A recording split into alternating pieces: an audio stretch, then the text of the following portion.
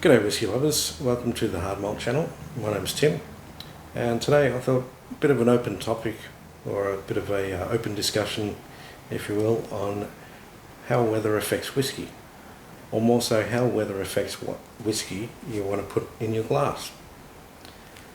Now, here in Australia, it's a few weeks after the holiday season. It's the middle of summer. This particular weekend it's going to be 39 degrees Celsius, 40 degrees on coming into 40 degrees on Monday, and 39 degrees again on Tuesday, so we're in for a pretty warm spell. And if I want a whisky, what sort of a whisky am I going to pour on those kind of really hot days? Typically it's going to be something like this. Something like a Tobermory 12-year-old. It's an ex-bourbon whisky. It's unpeated. It's on the sweeter end. Not sickly sweet, but it's a sweeter floral sort of style of whisky. And I suppose you'd say it's a lighter style of whisky compared to whiskies that have been matured in sherry barrels.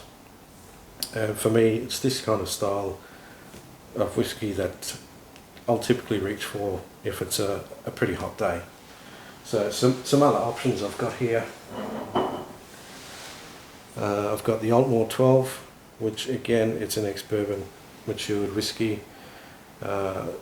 This one it's a similar profile to Tobermory and the next option, but still completely different from the two.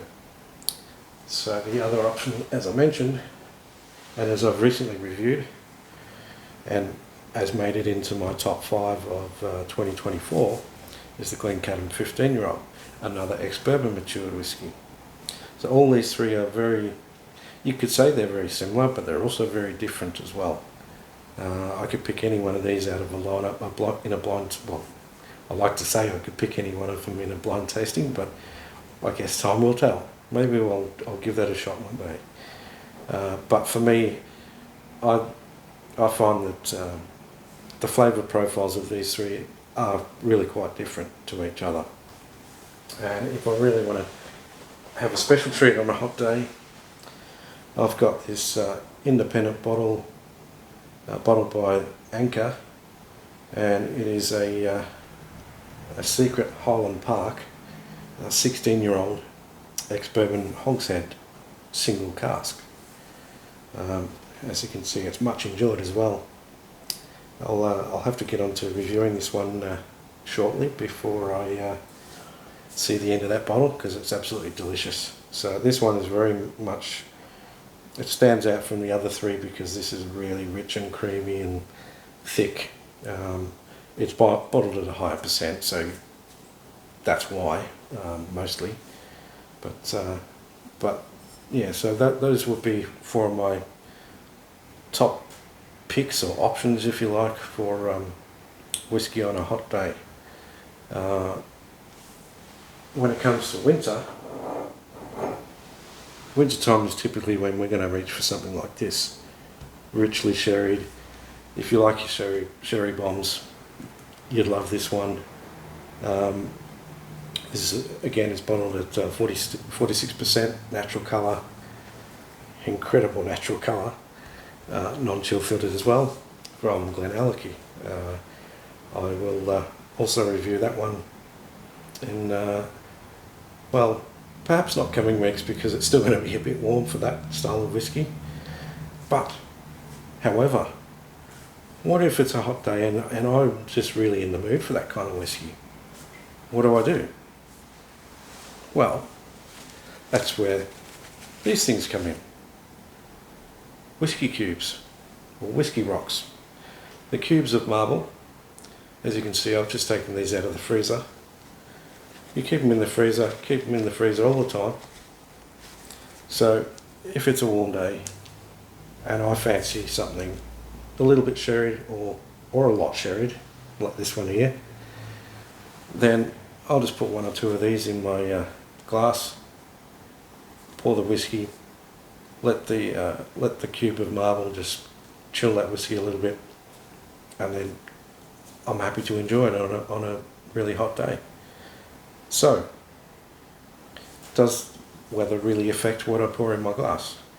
Well, yes it does, because I'm typically going to pour one of these for most warm days, and I'm typically going to reach for something like this more so in the winter months.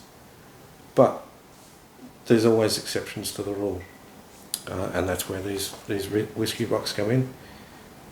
They help you break the rules. Rules are made to be broken, aren't they?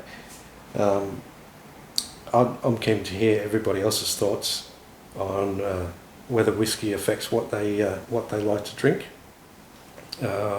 Some people might find that when it's too hot they just don't touch whiskey at all. I have days like that myself. So I'm keen to hear everybody else's thoughts. If you're happy to pop in a comment and let us know. I'll be keen to see what people choose to drink in summer, what people choose to drink in winter, and I'm sure other people commenting would be happy to share their opinions as well. The other thing to note is that obviously in summertime in Australia is when it's Christmas time. So,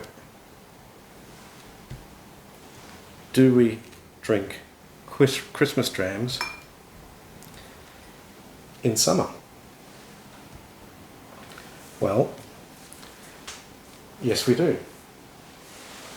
For example, just a few days before Christmas I poured myself a wee whiskey flight full of the more Christmassy type drams. So I started with this Bushmills Double Moscatel matured whiskey.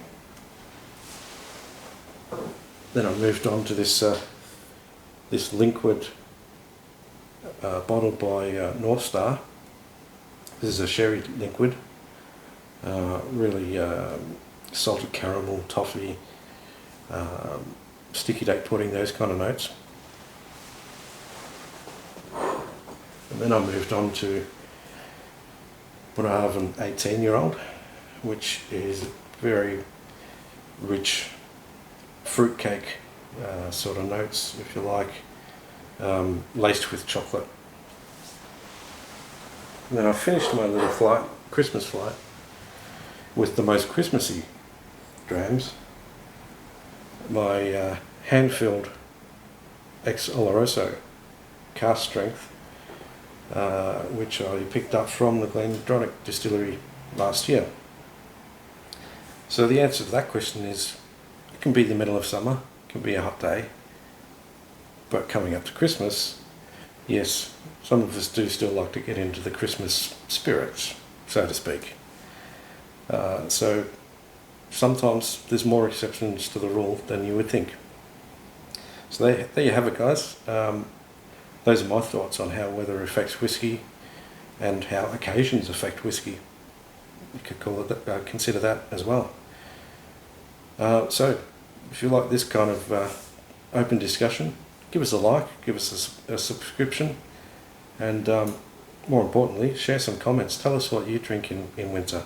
I want to know what you like to drink in summer. Let's get the conversation going, bounce some ideas off each other. Till the next video, cheers.